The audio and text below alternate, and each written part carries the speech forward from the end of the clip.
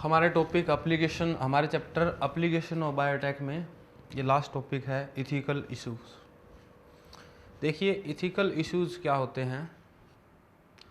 अगर कोई genetic modify organisms है, उसके अच्छे रिजल्ट के साथ साथ बैड रिजल्ट भी हो सकते हैं, और बैड रिजल्ट वाला जेनेटिक मॉडिफाई ऑर्गेनिज्म जब इकोसिस्टम में उतारा जाएगा तो उसके बहुत ही हार्मफुल इफ़ेक्ट हो सकते हैं। तो इन हार्मफुल इफ़ेक्ट को बोलते हैं ethical issues. Genetic modification of organism can have unpredictable result when such organism are introduce in ecosystem.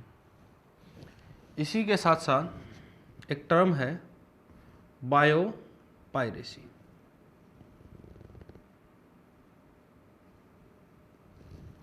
या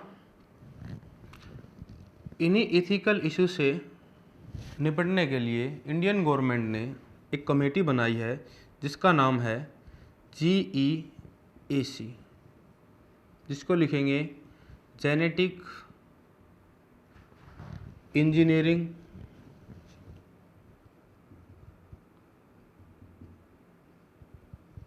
approval committee.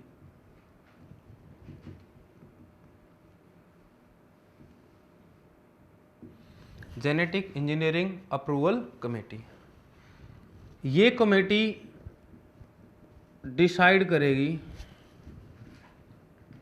About validity of GMOs, कि जेनेटिक मॉडिफाइड ऑर्गेनिज्म की वैलिडिटी और उससे रिलेटेड रिसर्च, कि इस पे रिसर्च करनी है या नहीं है। तो वो सब कौन डिसाइड करेगी? Genetic engineering approval committee. फिर इसी के साथ एक टर्म है बायोपायरेसी। चलिए इसकी एक डेफिनेशन देखते हैं।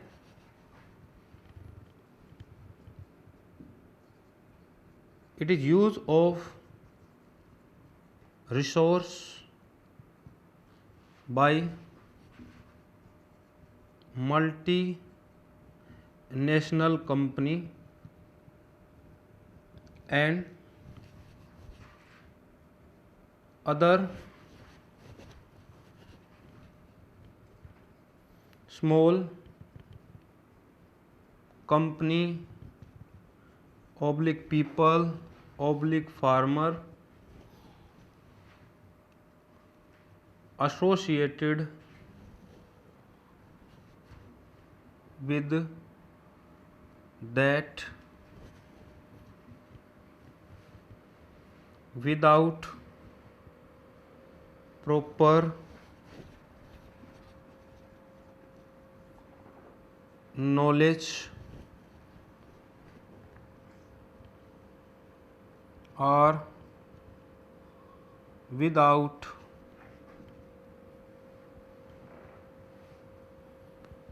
compensatory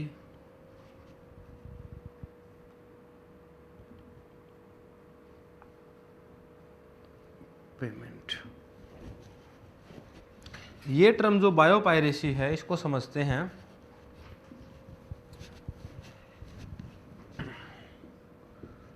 मान लीजिए एक फार्मर से रिलेटेड, एग्रीकल्चर से रिलेटेड एग्जांपल लेते हैं। राइस की जो बासमती वैरायटी है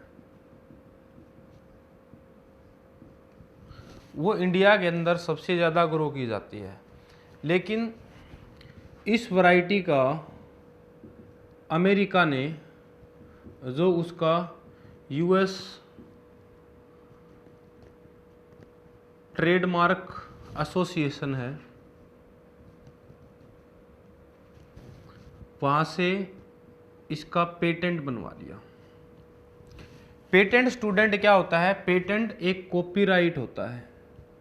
पेटेंट एक कॉपीराइट होता है कि मान लीजिए आपने कोई एक सॉन्ग है या एक CD बनाई है, तो वो सॉन्ग आप ही यूज़ कर सकते हो, कोई दूसरा बंदा उस सॉन्ग को नहीं यूज़ कर सकता, या आपने कोई रिसर्च की है तो आप उस रिसर्च का कॉपीराइट ले सकते हैं।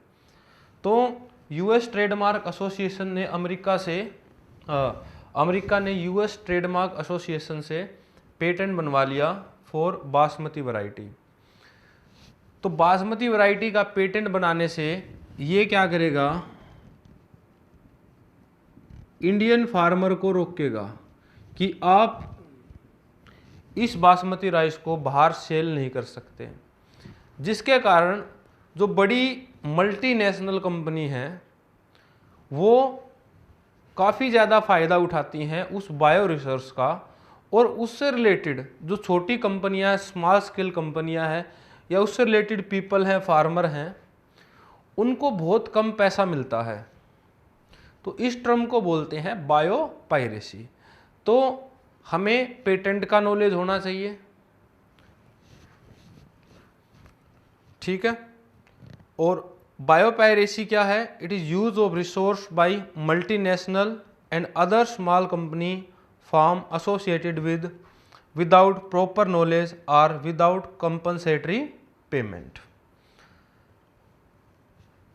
GEAC genetic engineering approval committee. Rice की जो बासमती वैरायटी है इंडिया में ग्रो होती है सबसे ज़्यादा, लेकिन अमेरिका ने इसका पेटेंट ले लिया। ऐसे ही नीम और टर्मरिक की वैरायटी इंडिया के पास है, जिसका पेटेंट इंडिया के पास है। लेकिन जब इस तरह की सिचुएशंस होती है तो जो उस मल्टीनेशनल कंपनी के अंदर जो छोटी कंपनियां आती हैं वो बहुत ही घाटे में चली जाती हैं, और इस टर्म को बायो पायरेसी बोलते हैं। तो आपने एक तो ये टर्म और ये टर्म और ये टर्म इनका ध्यान रखना है। हमारा टॉपिक ख़त्म हो गया है। इस चैप्टर से इंसुलिन वाले टॉपिक को ज़्यादा से ज़्यादा करना है। हमारा जो ADA डेफिशिएंसी वाला टॉपिक था, और इस टॉपिक से रिलेटेड जितने भी MCQ हैं मैं लिंक में डाल दूंगा, और वहाँ से आपको कोई प्रॉब्लम आती है तो मेरे से पूछ लेना।